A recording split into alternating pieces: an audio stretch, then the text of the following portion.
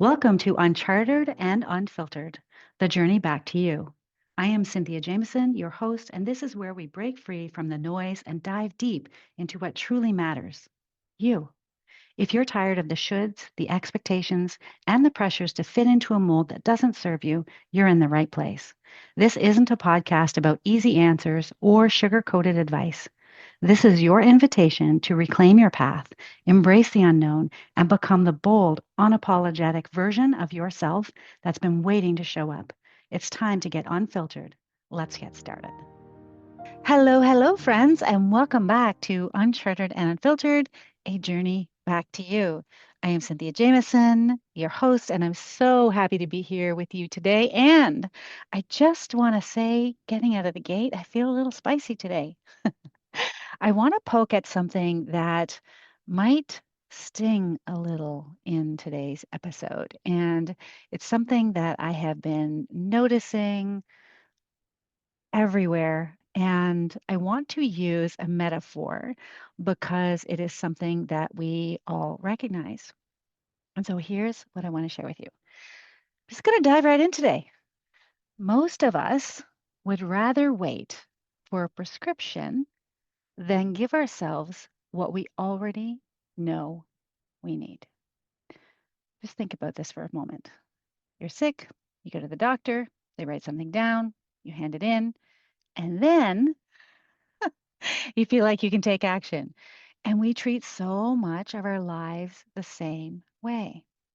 And here's a bit of a truth bomb. Prescriptions feel safer than self-trust.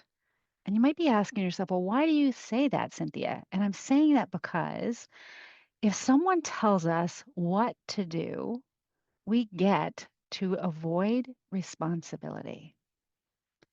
We can say things like, see, my boss told me, it wasn't me. They told me to do it. If it fails, it's on them. I have heard this 100 times, maybe 100,000 times.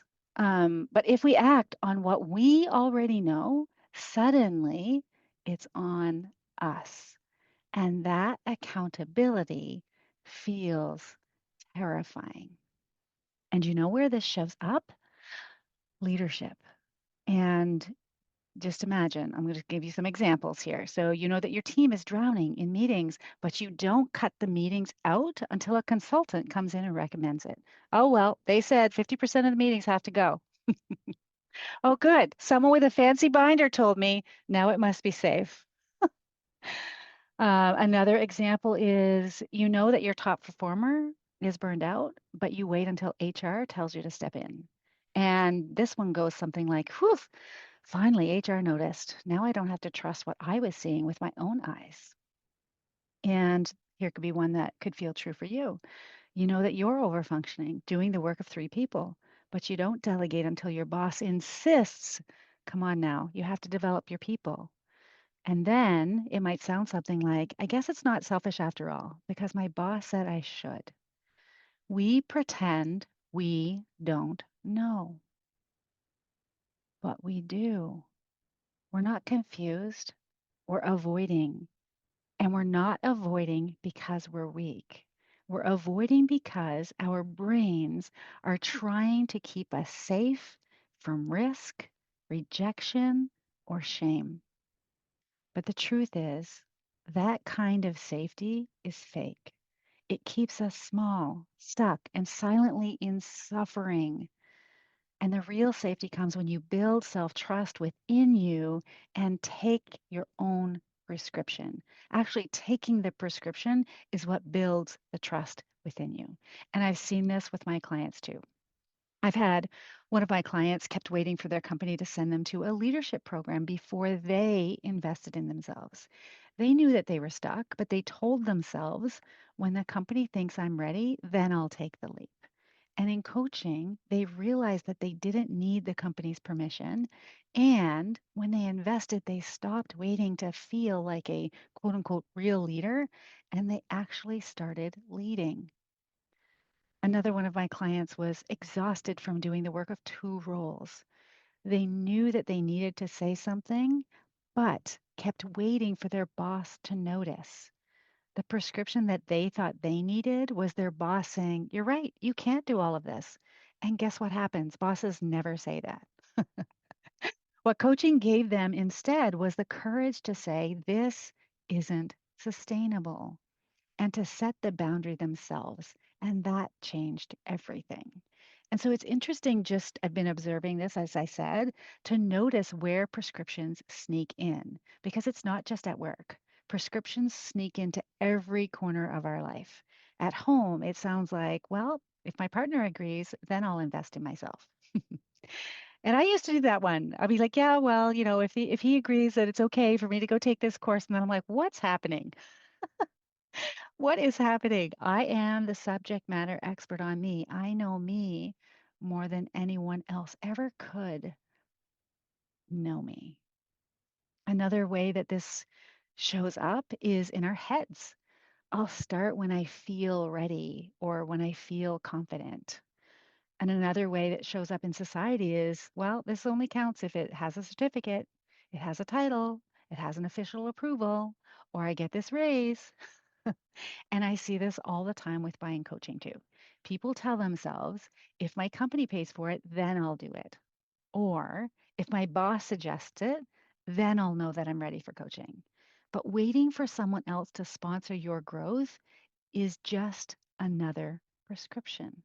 Coaching works best when you choose it for yourself, not when you're sent to take it like medicine.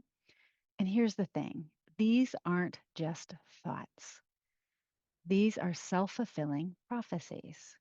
If you wait for your partner's okay, they never see you choose you. So they keep assuming that you won't. If you wait to feel ready, readiness never comes. Have you ever noticed? It never comes.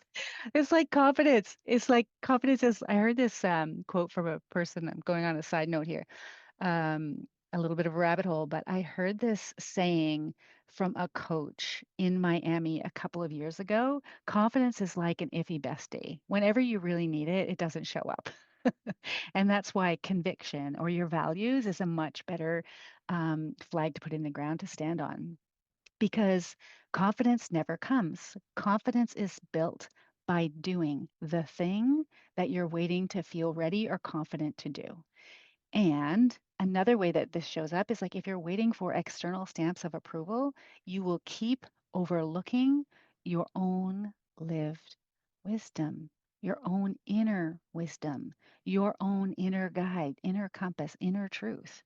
And the prescription will show up anytime that you already know what you need, but you wait for someone else to tell you that it's okay. So let me tell you a couple of stories about my clients. One particular client, when they first came to me, they were convinced that they couldn't say no. On the outside, incredibly calm, capable, the person everyone relied on. And inside, they were exhausted. Their inner script sounded something like this: if I say no, I'm going to let people down. If I say no, they're going to think that I'm not a team player. If I say no, I'll miss out. If I say no, I'm going to disappoint someone. So they say yes over and over. Yes to extra projects. Yes to late night emails. Yes to being the one who quietly picked up everyone else's slack. And the more they say yes, the more people asked. The more people asked, the more resentful they felt. And the more resentful they felt, the more guilty they became, which just fueled more yeses. That is the self fulfilling prophecy of people pleasing. The very thing that you're afraid of, disappointing people, becomes inevitable because eventually you burn out or you snap. Now, here's what changed everything for this client. They worked through my Power of No workbook. Inside, they uncovered the hidden beliefs that were keeping them stuck and built a personal no script that they could use in the moment so that when fear spiked, they had language ready. We practiced small steps. Instead of an automatic yes, they tried, let me think about that and get back to you. Instead of silence and resentment, they tried, I can't take that right now, but here's what I can do. And little by little, they built the muscle. The result over time, they didn't lose respect, they gained it. They didn't lose opportunities, they gained energy for the ones that actually mattered to them. And their team didn't collapse without them like they thought they would. In fact, the team grew stronger because of the skill sets that they were able to learn. So if you're listening and thinking, that's me, I can't say no, here's what I told this client. You already are saying no every time you say yes to something that drains you. The question is, what do you want your no to stand for? Coming back to what is the thing that you want to be in your conviction about? And if you want to start practicing, you can grab the Power of No workbook for 22 bucks. I'll put a link in the show notes. You will uncover the patterns that make no hard for you, and you will create your own no script, just like my client did. So you can say no without guilt and protect your energy, your time, and your values. And I'm going to be honest with you. I have been there too. Saying no used to feel impossible for me. I think I've said this on the podcast before, but I had to read books about how to say no because I actually didn't think it was even possible. I really did believe that it was impossible. And I worried that it meant that I would disappoint people or that I would miss out or that I would look ungrateful, which is probably why I see it so clearly in my clients now. And when I first worked through the same exercises, I realized that I was saying yes out of fear, not out of alignment. And having my own script was what finally gave me the courage to protect my own energy without feeling guilty. Another client of mine kept waiting for their boss to determine their priorities. And I see this all the time. Again, it's not necessarily a problem except for the fact that we were coaching on it. So they were constantly juggling 10 different projects, but instead of clarifying or choosing, their inner dialogue sounded like this. I'm going to wait until my boss tells me which one matters most. They know better than I do. Now, on the surface, that looked like being a team player, but underneath, it meant that they were always stuck in reaction mode, never in leadership. And the cost was huge. They worked late nights, they stressed about dropping the ball, and they felt like no matter how hard they worked, they were always behind. So in coaching, we unpacked all of that, and they realized that their boss wasn't sitting there with a perfect list of priorities. Their boss was waiting for them to show up with clarity. So we practiced small shifts, asking, here's what I think matters most this week. Do you agree? Instead of waiting silently, we practice proactively choosing what to finish and let go of what wasn't urgent. They practice trusting their own sense of impact instead of outsourcing it. And the shift was immediate.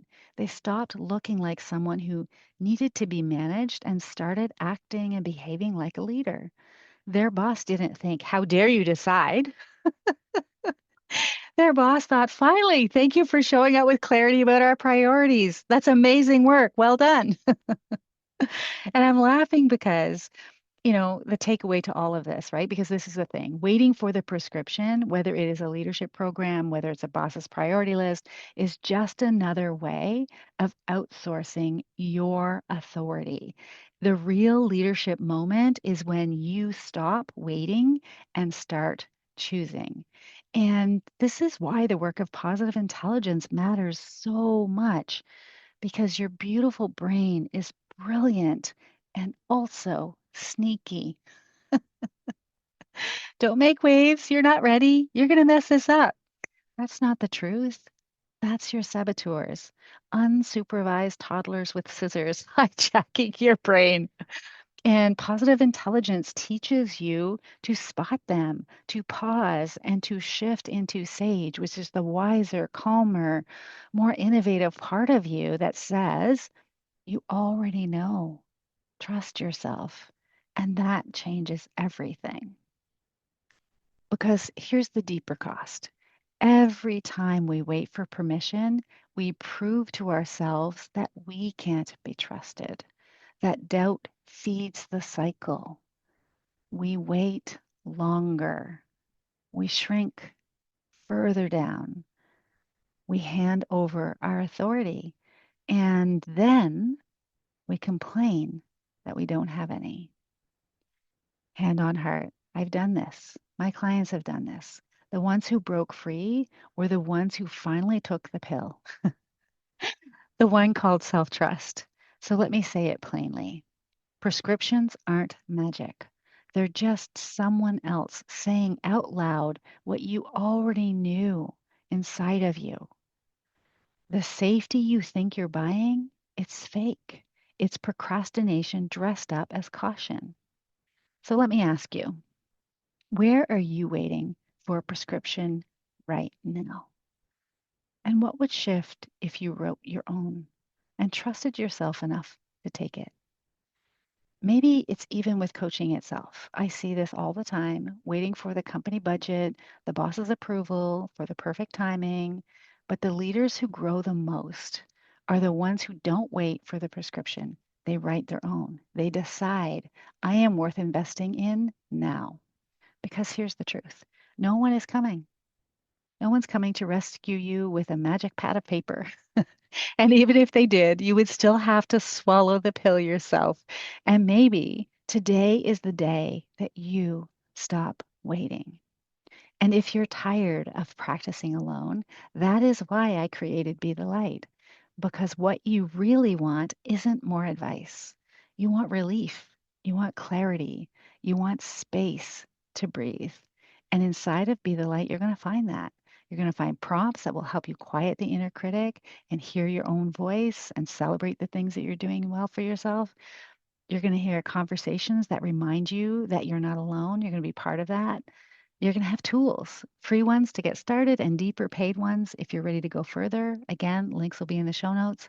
And you're going to hear stories of leaders who stopped waiting for prescriptions and started leading with presence, purpose, and ease. I want to say this again. There is no paywall to begin. There is no credit card, just a safe place to stop waiting and to start choosing yourself. Again, all the links will be in the show notes. And if you're already inside of Be the Light, please come and say hello. Tell me what you're learning, where you're getting stuck, or even just what's resonating. I want to know how this work is landing for you. And with that, I want to say thank you for being here. And let me say this more clearly.